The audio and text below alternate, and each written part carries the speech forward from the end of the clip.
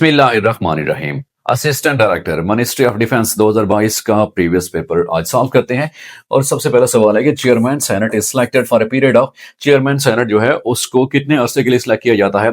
For a period of 3 years. लेकिन अगर ये सवाल आ जाए रिस्पेक्टेड स्टूडेंट्स कि जो सेनेट का जो मेंबर होता है उसको कितने अरसे के लिए सिलेक्ट किया जाता है? For 6 years.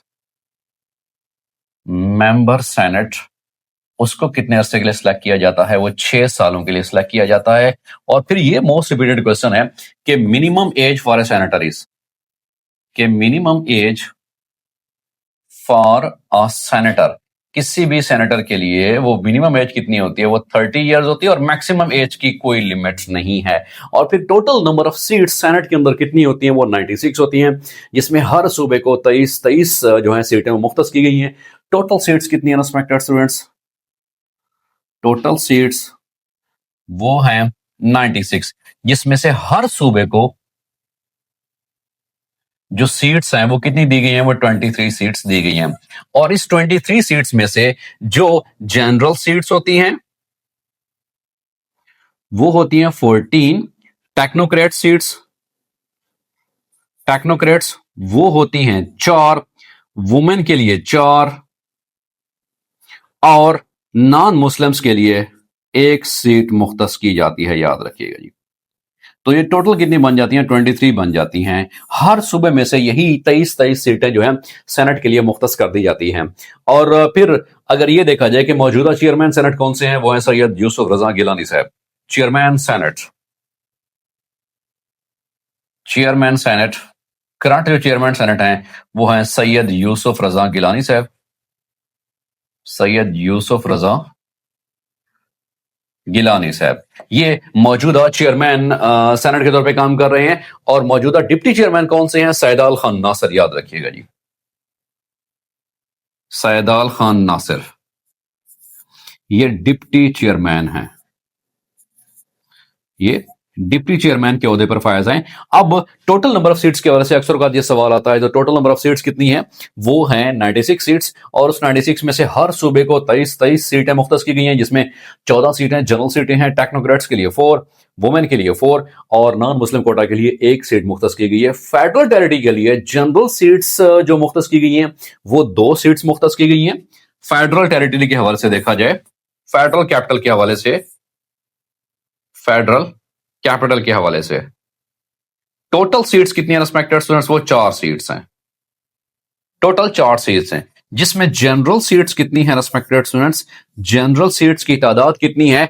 वो 2 तादाद है, जबकि टेक्नोक्रेट्स 1, टेक्नोक्रेट्स 1 और वुमेन के लिए कितनी है रिस्पेक्टेड स्टूडेंट्स? वो 1 सीट है। यूं टोटल ये 4 सीटें जो हैं वो फेडरल कैपिटल के लिए होती हैं। अब अगर चेयरमैन सेनेट के हवाले से जो सवालात बनते हैं कि करंट चेयरमैन सेनेट कौन से हैं, वो सैयद यूसुफ रजा गिलानी साहब। और फिर करंट जो डिप्टी चेयरमैन कौन से हैं, वो सैयदाल खान नासिर साहब हैं। टोटल नंबर ऑफ सीट्स कितनी है? वो 96 सीट्स हैं। और फिर हर प्रोविंस को कितनी कितनी सीट्स मुख्तस की गई हैं? वो 23 सीट्स हैं, जिनको अगर डिसेंट्रलाइज किया जाए, पार्टीशन की जाए, तो उसमें से 14 सीटें जनरल के लिए, टेक्नोक्रेट्स के लिए 4 सीटें, वुमेन के लिए 4 और नॉन मुस्लिम के लिए 1 सीट्स, तो 23 ये सीट्स बनती हैं।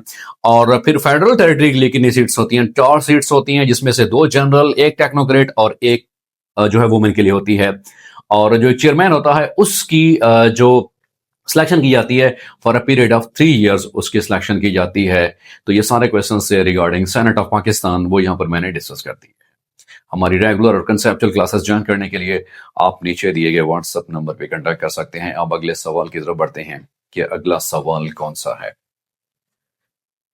द नेक्स्ट क्वेश्चन इज, अगला सवाल है, China Pakistan economic corridor CPEC was launched in, CPEC को लॉन्च किया गया था अप्रैल 2015 में लॉन्च किया गया था कि हिमालय की पहाड़ियों से बुलंद और शहद से ज्यादा मीठी पाक चीन दोस्त जिंदाबाद। तो उस हवाले से चाइना पाकिस्तान इकोनॉमिक कॉरिडोर का आगाज किया गया था और उसमें डिफरेंट प्रोजेक्ट्स जो थे वो इंटरलिंक किए गए थे। फिर सवाल ये आता है अक्सर का रिपीटेड कि हाउ मैनी जोन्स, टोटल कितने जोन्स हैं? वो याद रखिएगा 9 जोन्स हैं। हाउ मैनी जोन्स, वो कितने जोन्स हैं? वो 9 जोन है। अगला हमारे पास सवाल है कि currency of Sweden is, Sweden की जो करेंसी है वो क्रोना है। दैट इज SCE को नाम दिया जाता है। Capital of Bhutan is Thimphu, उसका कैपिटल है। उसके बाद है कि largest organ of the United nation का लार्जेस्ट ऑर्गन वो कौन सा है, वो जनरल असेंबली है। इसके अलावा यूनाइटेड नेशंस के और भी ऑर्गन्स हैं, और जिसमें से इंटरनेशनल कोर्ट ऑफ जस्टिस भी है, जिसमें सिक्योरिटी काउंसिल भी है। टोटल इसके 6 ऑर्गन्स हैं, और उसमें से सबसे अहम ऑर्गन है वो कौन सा है, वो जनरल असेंबली है। और जो सिक्योरिटी काउंसिल है वो भी इसका मेन एक ऑर्गन है। और इसी तरह से इकोनॉमिक एंड सोशल काउंसिल वो भी इसका एक ऑर्गन है। ट्रस्टशिप काउंसिल भी इसका एक ऑर्गन मेन पार्ट है। और इसी तरह से इंटरनेशनल कोर्ट ऑफ जस्टिस भी इसी का अहम पार्ट है, इसका मेन ऑर्गन है। टोटल इसके मेन ऑर्गन की तादाद 6 है, लेकिन एक को बिल्कुल नॉन फंक्शनल कर दिया गया था 1994 में। अगले सवाल की तरफ बढ़ते हैं। The Arab spring started from which country, ये तिनसुनिया से ये स्टार्ट हुई थी जी। वार्सेक डैम, ये मोस्ट रिपीटेड क्वेश्चन है कि कहां पे है, ये काबुल के ऊपर ही इसको तामीर किया गया है। ये भी मोस्ट रिपीटेड क्वेश्चन है रेस्पेक्टेड स्टूडेंट्स। अगले सवाल की तरफ बढ़ते हैं। अगला सवाल देखते हैं। The next question is which animal picture is on the World Health Organization's WHO snake की पिक्चर उसके ऊपर लगाई गई है। उसके बाद VLSI stands for basically very large scale integration, उसका सही जवाब है। उसके बाद कार्ल मार्क्स belongs to, ये जर्मनी से बिलोंग करते थे। How many official languages does United Nation have, उसकी 6 official languages हैं। अक्सर का ये मोस्ट रिपीटेड क्वेश्चन है, और उसको याद करने के हवाले से मोस्टली स्टूडेंट्स को ट्रिक का भी पता होगा, दैट इज फेसर्स। फेसर्स उसको याद करने के हवाले से, that is French, Arabic, Chinese, English, Russian and Spanish, ये ओवरऑल 6 लैंग्वेजेस हैं। उसके बाद एक device that is the brain of the computer, computer का जो ब्रेन है that is CPU and it stands for central processing unit. Central processing unit, इसको brain of computer भी कहा जाता है। सारी की सारी एक्टिविटीज जो हैं वो CPU के थ्रू ही कंट्रोल होती हैं। It means the central processing unit. Computer के हवाले से ये सवाल था। अगले सवाल की तरफ बढ़ते हैं कि अगला सवाल हमारे पास है, दैट इज चश्मा बैराज, ये कहां पे लोकेटेड है, ये मियांवाली के में लोकेटेड है। और उसके बाद देखिए नेशनल बर्ड ऑफ पाकिस्तान वो कौन सा है, वो चकोर है। और नेशनल फ्लावर ऑफ पाकिस्तान वो कौन सा है, जैस्मीन फ्लावर, चंबेली का फूल पाकिस्तान का कौमी फूल है।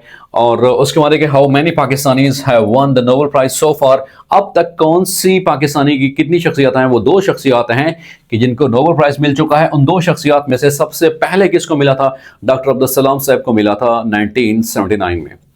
पहली कौन सी शख्सियत है, वो है डॉक्टर अब्दुल सलाम साहब। इनको 1979 में कैटेगरी थी फिजिक्स की कैटेगरी में, इनको नोबेल प्राइज दिया गया था। वीक न्यूक्लियर फोर्सेस के ऊपर इन्होंने काम किया था, और इन्हीं कारनामे की वजह से ही जो इंपीरियल कॉलेज लंदन की सेंट्रल लाइब्रेरी है उसको भी डॉक्टर अब्दुल सलाम साहब के नाम से मंसूब कर दिया गया था। तो पहली कौन सी शख्सियत थी, डॉक्टर अब्दुल सलाम साहब। उनको किस कैटेगरी में दिया गया था, फिजिक्स की कैटेगरी में दिया गया था, क्योंकि टोटल जो कैटेगरीज होती हैं नोबेल प्राइज में वो 6 कैटेगरीज होती हैं, जिसमें फिजिक्स, जिसमें केमिस्ट्री, जिसमें मेडिसिन, जिसमें इकोनॉमिक्स, जिसमें पीस और लिटरेचर, ये 6 कैटेगरीज हैं। और इन्होंने जो नोबेल प्राइज जीता था फिजिक्स की कैटेगरी में जीता था। दूसरी कौन सी शख्सियत है, वो है मलाला यूसुफजई, वो है मलाला यूसुफजई साहबा जी। इनको 2014 में पीस प्राइज, अमन की जो कैटेगरी थी पीस कैटेगरी में इनको अवार्ड दिया गया था। तो ओवरऑल टिल नाउ पाकिस्तान की कौन सी ऐसी शख्सियत हैं जिनको नोबेल प्राइज मिल चुका है, वो 2 शख्सियत हैं। One is doctor Abdul Salam साहब, second is Malala Yousafzai. One in the field of physics, second is in the field of the peace. तो ये 2 शख्सियत हैं। और उसके बाद the word Pakistan was coined by Chaudhry Rehmat Ali ने क्वीन किया था 1939 एंड 1933 में, जब उन्होंने नो और नेवर अपना एक पम्फलेट पब्लिश किया था कि अब नहीं तो कभी नहीं। तो इसी वजह से जो credit goes to Chaudhry Rehmat Ali for coining the name of Pakistan. उसके बाद एक museum of Sheikh Bahauddin Zakariya university is located in, ये कहाँ पे है, ये मुल्तान पंजाब में है। और बहाउद्दीन ज़करिया यूनिवर्सिटी भी कहाँ पे है, वो पंजाब और मुल्तान में है। मुल्तान को जो लैंड ऑफ सेंट्स भी कहा जाता है, औलिया की सरजमीन भी कहा जाता है। अगला सवाल देखते हैं। The next question is which city of Pakistan is unique for manufacturing sports goods? वो सियालकोट है। हत्ता कि जो फुटबॉल वर्ल्ड कप है तो वहां पर भी जो फुटबॉल का इस्तेमाल किया जाता है वो भी पाकिस्तान से मोस्टली इंपोर्ट होती है। कौन सा सिटी है? सिटी ऑफ स्पोर्ट्स पाकिस्तान की तरफ से वो सियालकोट है, जहां अक्सर का स्पोर्ट्स का सामान तैयार किया जाता है। उसके बाद है कि when was gas had discovered at Sui Balochistan? वो 1952 में ये गैस दरियाफ्त की गई थी। सोई गैस सोई के मकाम पर दरियाफ्त की गई थी, इसी वजह से उसको नाम दिया गया है सोई गैस का। उसके बाद who is the current governor of state bank of Pakistan? वो कौन से हैं? मिस्टर जमील अहमद है जी। उसके बाद चाइना पाकिस्तान इकोनॉमिक कॉरिडोर 2015 में लॉन्च किया जाता है, अप्रैल 2015 में। The Pirkot report of 1938 was prepared by Raja Syed Mohammad Mehdi साहब की तरफ से ये रिपोर्ट 1938 में तैयार की गई थी। अगले सवाल की तरफ बढ़ते हैं। Next question is I have been studying for 2 hours। उसका सही जवाब है एक्चुअली यहाँ पे प्रपोजिशंस का इस्तेमाल भी है। सिंस इस्तेमाल किया जाता है इंग्लिश कैटेगरी में फॉर स्टैंड स्पेसिफिक टाइम के लिए, नॉन टाइम के लिए, याद रखिएगा जी, स्पेसिफिक टाइम के लिए। और अगर टाइम स्पेसिफिक ना हो तो फिर क्या इस्तेमाल किया जाता है? वो फॉर इस्तेमाल किया जाता है। For example students has been learning the poems since morning, since 2 PM, since 3 PM। क्यों? क्योंकि स्पेसिफिक टाइम है। लेकिन अगर स्पेसिफिक टाइम नहीं होगा, लाइक कि students are learning the poems for 2 hours, for 3 hours, for 4 hours, अब कोई मतलब पता नहीं है कि 3 घंटे कौन से हैं, 4 घंटे कौन से हैं, 2 घंटे कौन से हैं, वो non specific period of time होता है, उसके लिए हम फॉर इस्तेमाल करते हैं। तो इंग्लिश में सिंस उस वक्त इस्तेमाल किया जाता है जब स्पेसिफिक टाइम पीरियड मेंशन होता है या मुकर्रर वक्त होता है। उसके बाद after 3 days of the rain I am glad that the sun is shining again today. ये सब्जेक्ट वर्ब एग्रीमेंट के हवाले से इसका सही जवाब होगा। उसके बाद if I were a bird I could fly home. अब जब भी किसी कंडीशंस की बात आएगी, जब किसी ख्वाहिश की बात आएगी, तो वहां पर क्या करेंगे हम? प्लूरल हम वर्ब इस्तेमाल करेंगे। जैसे would that I were the CM of Punjab, would that I were the prime minister of Pakistan. काश कि मैं पाकिस्तान का वज़ीर आज़म होता। तो जब किसी विश का इजहार किया जाता है तो उस वक्त जो हम सब्जेक्ट और एग्रीमेंट इस्तेमाल करते हैं, प्लूरल इस्तेमाल करते हैं। सो इफ आई वाज गलत है, if I were the prime minister of Pakistan, if I were a bird I could fly home. अगर मैं एक परिंदा होता तो मैं भी घर की तरफ उड़ सकता। उसके बाद है कि ग्रेजुअली का मतलब क्या होता है? नियरली अपोजिट मीनिंग वो होता है suddenly. Gradually mean Aahista Aahista, suddenly mean कि यकदम और बड़ी तेजी से, तो उसका ये अपोजिट है। उसके बाद chief constitute of natural gas, natural gas जो आमतौर पर घरों में इस्तेमाल होती है, उसका चीफ कॉन्स्टिट्यूट कौन सा है? वो मीथेन है। और मीथेन का फार्मूला क्या है? याद रखिएगा, इट्स CH4। ये बेसिकली हाइड्रोकार्बन भी है। CH4 मीथेन सिंपलेस्ट, ये हाइड्रोकार्बन में से पहले नंबर पे है। और ये कौन सी है? सैचुरेटेड हाइड्रोकार्बन में से है। तो घरों में इस्तेमाल होने वाली ये गैस है। अक्सर का ये भी सवाल पूछा गया है कि जो गैस इस्तेमाल की जाती है घरों में, उसका फार्मूला क्या होता है? उसका फार्मूला CH4 होता है, याद रखिएगा। यह साइंस के हवाले से सवाल था। नेक्स्ट क्वेश्चन देखते हैं। अगला सवाल हमारे पास है कि smallest unit of A compound is that is a molecule. उसका स्मॉलेस्ट यूनिट है। अब जो कंपाउंड होता है उसका एक डेफिनेट फार्मूला होता है। जैसे वाटर एक कंपाउंड है क्योंकि उसका एक जो फार्मूला होता है। जबकि अगर मैं चाय की बात करूं, टी की बात करूं, कॉफी की बात करूं, जूस की बात करूं, वो मिक्सचर है, मिक्सचर का कोई फार्मूला नहीं होता। और जो कंपाउंड होता है उसका स्मॉलेस्ट यूनिट मॉलिक्यूल होता है। कंपाउंड का केमिकल फार्मूला भी होता है। जैसे वाटर एक कंपाउंड है, उसका केमिकल फार्मूला है, बट टी, जूस इसका केमिकल फार्मूला नहीं है। एयर इज अ मिक्सचर, उसका केमिकल फार्मूला नहीं है, because air is a mixture of different gases. इसी वजह से मिक्सचर जो है वो प्योर सब्सटेंस नहीं होता, कंपाउंड जो है वो प्योर सब्सटेंस होता है। लेकिन उसमें कंपाउंड का क्या होता है? That is formula, chemical formula होता है। एलिमेंट्स फिक्स रेशो से मिलते हैं। मिक्सचर में क्या होता है? कोई फिक्स रेशो नहीं होती। जैसे H2O है तो वाटर है, तो उसमें एक फिक्स रेशो है। इट मीन्स 2 हाइड्रोजन के एटम, 1 ऑक्सीजन के एटम। लेकिन चाय, जूस, कॉफी और एयर, उसमें कोई खास मिक्सचर कोई कंपोजिशन नहीं है, रेशो नहीं है। इसी वजह से उसका केमिकल फार्मूला भी नहीं होता। मेल्टिंग बॉइलिंग पॉइंट भी फिक्स नहीं होता, याद रखिएगा। उसके बाद acetic acid is commonly used in household as vinegar के तौर पर इसको इस्तेमाल किया जाता है। उसके बाद when hydrogen field balloon raises high in the atmosphere it will expand, ये हो जाएगा, याद रखिएगा। उसके बाद ozone layer above the earth atmosphere, ये क्या करती है? प्रिवेंट्स यूवी रेस को, ये प्रिवेंट करती है। ओजोन का फार्मूला O3 है बेसिकली। तो ये जो अल्ट्रावायलेट रेज आ रही होती हैं, सूरज की खतरनाक शुआएं, उनको ये फिल्टर कर रही होती है। और यूं जो एक बायोस्फीयर है, जो ज़मीन के अंदर हयातियात हैं, लाइफ है, उसको ये प्रिजर्व करती है। उसके माने कि a piece of metal becomes hot when it lies in the sun through. अब सूरज से जो आ रही हैं वो कौन सी है? दैट इज रेडिएशंस वो आ रही हैं। कि सूरज की जो शुआएं आ रही हैं वो किसके थ्रू, अमल के थ्रू आ रही हैं? रेडिएशंस के थ्रू अमल आ रही हैं। कंडक्शन क्या है? कंडक्ट मीन मुंतकिल करना। अगर कोई एक रॉड है, गर्म रॉड, उसको जब हाथ में पकड़ा जाएगा तो डेफिनेटली मेरा हाथ भी गर्म हो जाएगा। वो जो मीन्स ऑफ ट्रांसपोर्ट है हीट का, वो कंडक्शन कहलाता है, याद रखिएगा।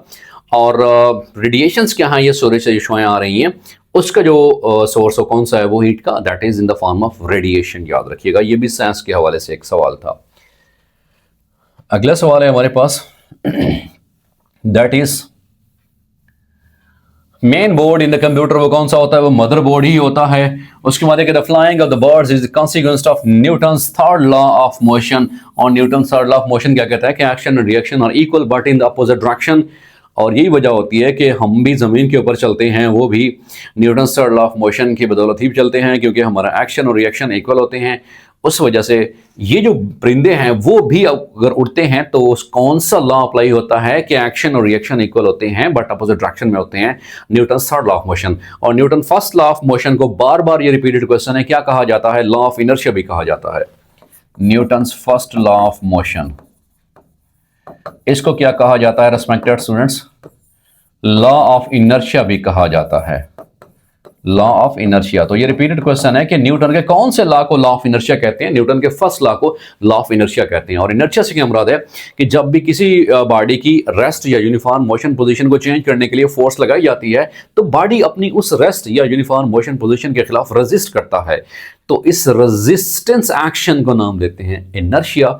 सो we may also called as the incapability of a body to change its rest or uniform motion position is termed as inertia. So Newton first law of motion is called as inertia. ये भी अक्सर का repeated question है।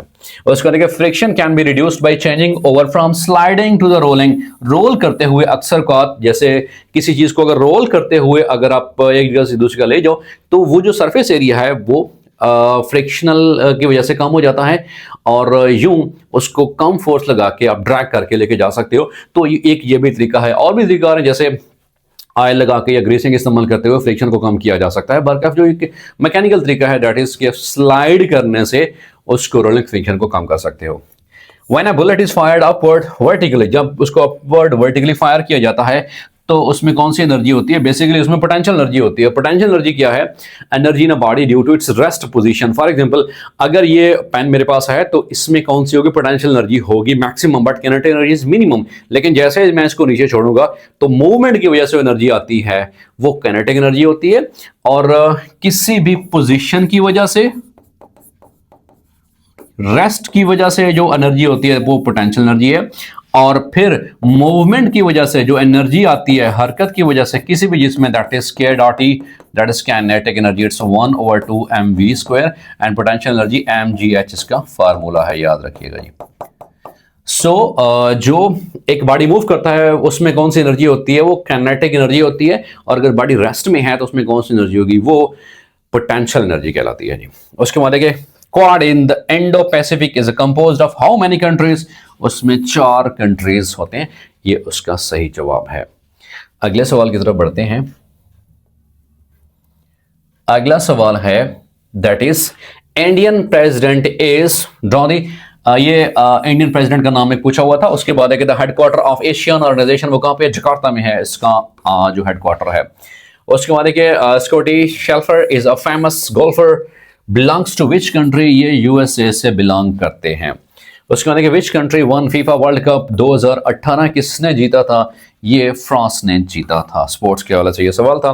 उसके बाद कि इसका Swiatek is a professional tennis player, किससे ताल्लुक है इनका? पोलैंड कंट्री से इनका ताल्लुक है। अगले सवाल की तरफ बढ़ते हैं कि अगला सवाल हमारे पास कौन सा है। Next question is who is the current prime minister of Russia? उस वक्त की बात हो रही है, दैट इज मिखाइल मिशरन है। उसके माने कि which country has the world's largest oil reservoirs? वो कौन से है? वो वेनेजुएला कंट्री है। और रिसेंटली ही अमेरिका के सदर डोनाल्ड ट्रंप साहब ने इनको एक ऑपरेशन के तहत इनके घर से ही उठवा लिया था और उनके ऊपर जो है मुख्तलिफ इल्ज़ामात लगाए गए थे और ख़ासुसन जो है ड्रग्स के हवाले से एग्जाम लगाए गए थे। बेसिक पर्पज़ उनका आई थिंक सो कि वो ऑयल रिजर्वर था या नहीं था, ये तो बात की बात है, लेकिन एक कंट्री की जो खुद मुख्तियारी है उसके ऊपर तो डेफिनेटली सवालात उठते हैं। और ये रिसेंट एक मिसहैप हुआ था डोनाल्ड ट्रंप साहब की तरफ से, और उसने ये भी कहा था कि मैं जिस मुल्क के सदर को भी चाहूँ तो मैं ये एक्शन कर सकता हूँ। उसके बाद अगला सवाल है कि करंट गवर्नर ऑफ पंजाब इस वो कौन से हैं? सरदार सलीम हैदर खान हैं। और पंजाब के वजीर आला कौन सी हैं? मरियम नवाज साहिबा, और ये पंजाब की पहली खातून वज़ीर आला भी हैं। और सिंध की कौन सी हैं? सिंध के हैं मुराद अली शाह। और गवर्नर कौन से हैं? कामरान टिसोरी। कामरान टिसोरी साहब वो गवर्नर हैं। बलूचिस्तान के कौन से हैं? बलूचिस्तान के जो सीएम हैं वो मीर सरफराज बुगटी साहब हैं, जो कि रिसेंटली भी अब काम कर रहे हैं बलूचिस्तान के जो चीफ मिनिस्टर हैं। और बलूचिस्तान के जो गवर्नर हैं वो कौन से हैं? शेख जाफर खान मंदोखेल, याद रखिएगा जी, शेख जाफर खान मंदोखेल, ये गवर्नर हैं बलूचिस्तान के। और फिर सीएम ऑफ केपी के कौन से हैं? वो सुहेल आफरीदी साहब हैं, याद रखिएगा। और गवर्नर कौन से हैं? फैसल करीम कुंडी साहब। केपी के सीएम कौन से हैं? सीएम सुहेल आफरीदी साहब। और गवर्नर कौन से हैं? फैसल करीम कुंदी साहब। इनका ताल्लुक पाकिस्तान पीपल पार्टी से है। तो मुख्तलिफ सीएम और पीएम के बारे में भी पता होना चाहिए कि पंजाब के वज़ीर आला मरियम नवाज साहिबा और पंजाब के गवर्नर सरदार सलीम हैदर खान हैं, और Sindh CM Murad Ali Shah, governor Kamran Tessori, Balochistan CM Sarfraz Bugti and governor Sheikh Jafar Khan Mandokhail, and from KP के CM Sohail Afridi and governor Faisal Karim Kundi हैं। उसके बाद अगला सवाल है कि the preface on the holy Quran is वो कौन से है? वो सूरह फातिहा है। बाबुल कुरान भी कहा जाता है सूरह फातिहा को, कुरान बीत का दरवाजा। उसके बाद है कि जनरली मदनी सूरह जो है वो मोस्टली क्या होती हैं? वो लॉन्ग होती हैं। मदनी सूरतें क्या हो, सबसे ज्यादा अगर उनकी तादाद देखी जाए तो वो लंबी सूरतें हैं, और जो मक्की सूरतें हैं वो मोस्टली छोटी सूरतें होती हैं। अगले सवाल की तरफ बढ़ते हैं। अगला सवाल है कि प्रेयर फॉर ल्यूनर एक्लिप्स वो कौन सी है? वो सलात कसूफ है। उसके बाद है कि आफ्टर द डिवाइस ऑफ हजरत खतीजा रजी अल्लाह तआला अन्हा, prophet peace be upon him married to हजरत सवादा रजी अल्लाह तआला अन्हा से मैरिड जो है वो शादी की थी। उसके बाद who was the first caller to the player वो कौन से हैं? वो हजरत बिलाल रजी अल्लाह तआला अन्हु हैं। इनको ही मुअज्जिन रसूल भी कहा जाता है, क्योंकि नमाज की तरफ बुलाने के हवाले से मुअज्जिन रसूल कौन से कहलाते हैं? वो हजरत बिलाल रजी अल्लाह तआला अन्हु हैं। उसके बाद Quran is divided into chapters, कितने हैं? वो 114 सूरतें हैं जी। उसके बाद है कि extremely importance and the precise Surah on the oneness of God, तौहीद के हवाले से, अल्लाह ताला की वहदानियत के हवाले से कौन सी सूरत है? वो सूरह इखलास है। और सूरह इखलास को सुलसुल कुरान भी कहा गया है, सुलसुल कुरान भी कहा गया है सूरह इखलास के हवाले से, कि एक दफ़ा पढ़ दो इसका मतलब है कि 1/3 कुरान के बराबर सवाब होता है। और अल्लाह ताला की जो वहदानियत है उसके हवाले से कौन सी मुकम्मल सूरत है? वो है सूरह इखलास, वो उसका सही जवाब है। और फिर कल्बुल कुरान कौन सा है? वो है सूरह यासीन। और असलम फरमाया करते थे कि मेरा दिल चाहता है कि मेरे हर उम्मती के दिल में सूरह यासीन हो, और ये से कल्बुल कुरान कहा जाता है। ज़ीनत कुरान या अरूसुल कुरान किसे कहा जाता है? वो सूरह रहमान को कहा जाता है, याद रखिएगा। कुरान मजीद की ऐसी सूरह जिसमें 2 दफ़ा बिस्मिल्लाह आती है वो सूरह नमल है, और कुरान मजीद की ऐसी सूरह जो बिस्मिल्लाह के बगैर शुरू होती है वो सूरह तौबा है। अगले सवाल की तरफ बढ़ते हैं कि अगला सवाल कौन सा है। The next question is what other name is given to the Ghazwa Ahzab? उसको battle of trench, Ghazwa Khandaq कहा जाता है, गुज़वा अहज़ाब भी इसे कहा जाता है। अहज़ाब का मतलब है कि बहुत सारे लश्कर, क्योंकि बहुत सारे लश्कर इसमें आए थे। और ये कब हुआ था? ये 5 हिजरी को हुआ था, याद रखिएगा जी। कब हुआ था? ये 5 हिजरी को हुआ था जी। और उस वक्त जो मुसलमानों के हवाले से आप सल्लम ने कहा था कि जो कुफार हैं उनकी तादाद तकरीबन 10,000 थी, मुसलमानों की तादाद 3,000 थी। तो आप सल्लम ने सहाबा कराम से मशवरा किया कि क्या किया जाए। तो उस वक्त हज़रत सलमान फारसी ने मशवरा दिया था कि मदीने के बाहर खंदकें खोदी जाएं, गड्ढे खोदे जाएं, ताकि दुश्मन जो है वो आने से उसको तकलीफ हो और ये कामयाब जो था मशवरा था, और इसमें अल्लाह के नबी सल्लल्लाहु अलैहि वसल्लम ने खुद भी हिस्सा लिया था। सख्त सर्दी के मौसम में खंदकें जो है खोदी गई थी। हत्ता कि जिस सहाबी ने मशवरा दिया था हज़रत सलमान फ़ारसी ने, चूँकि उन्होंने कहा था कि जो अहले फ़ारिस थे वो अपनी बचाव के लिए यही तदबीर करते थे, लिहाजा ये बेहतर मशवरा है, वो भी थक हार के बैठ गया। फिर अल्लाह के नबी ने खुशखबरियाँ भी दी थी और बाद में वही खुशखबरियाँ सच भी साबित हुई थी। ये भी सवाल आता है कि ग़ुज़वा खंदक में खंदक खोदने, गड्ढे खोदने का मशवरा मदीना के गिर्द गिर्द वो किसने दिया था? वो हज़रत सलमान फ़ारसी ने दिया था। हज़रत सलमान फ़ारसी ने खंदकें खोदने का ये मशवरा दिया था। और फिर आप ने कहा था कि हर 10 आदमी जो हैं तकरीबन 40 हाथ वो खंदक खोदेंगे, तो ये मशवरा दिया था। और यूं ये सवाल सबसे अहम है कि कब ये खुज़वा पेश आया था? ये 5 हिजरी को आया था। इसका दूसरा नाम क्या है? ग़ुज़वा अहज़ाब भी है ग़ुज़वा खंदक का दूसरा नाम। किसने खंदकें खोदने का मशवरा दिया था? वो हज़रत सलमान फ़ारसी ने खंदकें खोदने का मशवरा दिया था कि मदीना के बाहर खंदकें खोदी जाएँ, गड्ढे खोदे जाएँ। पर्सन हु रिसाइट्स कलमा of Islam verbally but not heartly, वो मुनाफिक कहलाता है। कि जो ज़ाहिरी तौर पर तो कलमा पढ़ता है लेकिन अंदरूनी तौर पर वो उसको तस्लीम नहीं करता। Which is the 7th month of Islamic calendar, वो कौन सा होता है? वो रजब होता है। पहला महीना कौन सा होता है? पहला महीना हमेशा मुहर्रम होता है, याद रखिएगा जी। उसके बाद देखिए टू होम, इंग्लिश के हवाले से था to home shall I give the package, कि मैं ये पैकेज किसको दूं? टू होम बेसिकली ऑब्जेक्ट के तौर पे इस्तेमाल होता है। उसके बाद देखिए this book is heavier than that's one. असल में जब दो चीज़ों का कंपैरिजन किया जा रहा होता है तो एडजेक्टिव की दूसरी डिग्री इस्तेमाल करते हैं, और अगर एक चीज़ का मवाजना किसी से भी नहीं किया जा रहा तो एडजेक्टिव की पहले डिग्री लगाएंगे। जैसे Aslam is a wise boy, किसी से मौजना नहीं किया जा रहा, लेकिन अगर ये देखा जाए असलम इज़ वाइजर दैन अकरम, क्योंकि दो चीज़ों के दरमियान कंपैरिजन है।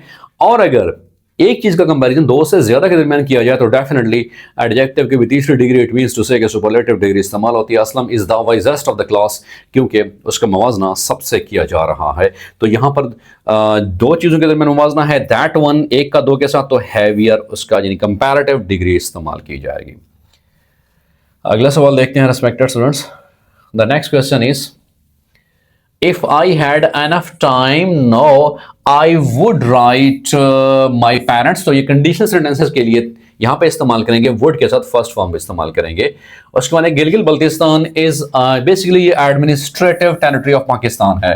उसके बाद लैक ऑफ खालिजगा कॉजेस डायबिटीज, तो इंसुलिन जो है अगर हमारा जिगर के साथ है पेंक्रियास, वो क्या करता है? दो बेसिकली हार्मोन खारिज करता है, एक ग्लूकागॉन और एक पेंसिलिन, एक इंसुलिन। और वो जो ग्लूकागॉन है वो ग्लूकोज लेवल को अप करता है अगर इनकेस शुगर कम हो रही है। अगर शुगर ज्यादा है तो फिर पेंक्रियास, लिवर साहब कहते हैं पेंक्रियास को, जनाब जिस्म के अंदर बहुत ज्यादा मिकदार में ब्लड के अंदर शुगर ज्यादा हो चुकी है, लिहाजा आप इंसुलिन सेक्रेट करो, तो वो इंसुलिन खारिज करता है। लेकिन इतनी भी खारिज नहीं कर सकता कि जिस्म के अंदर इनटेक हो रही है 100 मॉलिक्यूल्स की शुगर की, तो इंसुलिन के पास तो 10 की पावर को न्यूट्रलाइज करना है, तो फिर जो पेंक्रियास है में वो हाथ खड़े कर देते हैं कि हमारे बस की बात नहीं है। तो फिर क्या है? आर्टिफिशियली इट मीन्स के आप टैबलेट की फॉर्म में या फिर इंजेक्शन की फॉर्म में डेफिनेटली फिर इंसुलिन के टीके ही लगवाए जाते हैं ताकि डायबिटीज़ को शुगर कंट्रोल किया जा सके। Nazir Sabir well known Pakistani mountaineer को पैमा है, बिलोंग्स टू, ये हंजा वैली से इनका ताल्लुक है। उसका सही जवाब हंजा वैली है। अगला क्वेश्चन है that is What is the name given to the young horse? उसको फोल नाम दिया जाता है। उसके बाद सीड जो है उससे प्लांट के लिए होता है, और एग जो है उससे क्या है? वो बर्ड से रेलिवेंट है। I was walking down the street when it began to rain, याद रखिएगा when it began। अब यहां पे क्या है? याद रखिएगा कि जब भी when के साथ पास्ट इंडेफिनिट आ जाए, when प्लस पास्ट इंडेफिनिट, तो दूसरे हिस्से को या तो चेंज किया जाता है पास्ट कंटिन्यूअस में, या तो रेस्पेक्टेड पास्ट कंटिन्यूअस में, या तो फिर पास्ट परफेक्ट में, याद रखिएगा जी। जैसे when I entered the class, when I entered the class, the peon had rung the bell, या the peon was ringing the bell, दोनों ठीक हैं। क्योंकि when के साथ अगर पास्ट इंडेफिनिट इस्तेमाल करते हैं, सब्जेक्ट वर्ब एग्रीमेंट है, तो उसमें दूसरे हिस्से को डेफिनेटली या तो पास्ट कंटिन्यूअस में करो, जैसे यहां पे किया गया है। जैसे मैंने एग्जांपल दी है कि when I entered the class, तो इधर से तो पास्ट इंडेफिनिट आ जाएगा, जैसे मैंने बिगेन लिखा है, so when it began, when I entered, दूसरे से को past continuous, the peon was ringing the bell, और the peon had rung the bell वो सही जवाब है। सो यूं सब्जेक्ट वर्ब एग्रीमेंट के हवाले से ये रूल अपना याद रखना है कि जब भी व्हेन के साथ पास्ट इंडेफिनिट आ जाए तो दूसरे पार्ट को आप पास्ट कंटीन्यूअस या पास्ट परफेक्ट दोनों वालों से चेंज कर सकते हो। अगर एक साइड पे पास्ट कंटीन्यूअस दिया हुआ है तो डेफिनेटली दूसरी साइड पे आपको पास्ट इंडेफिनिट ही लगाना होता है। जैसे यहां पे हमें पास्ट इंडेफिनिट ही लगाना पड़ा कि I was walking down the street when it began to rain.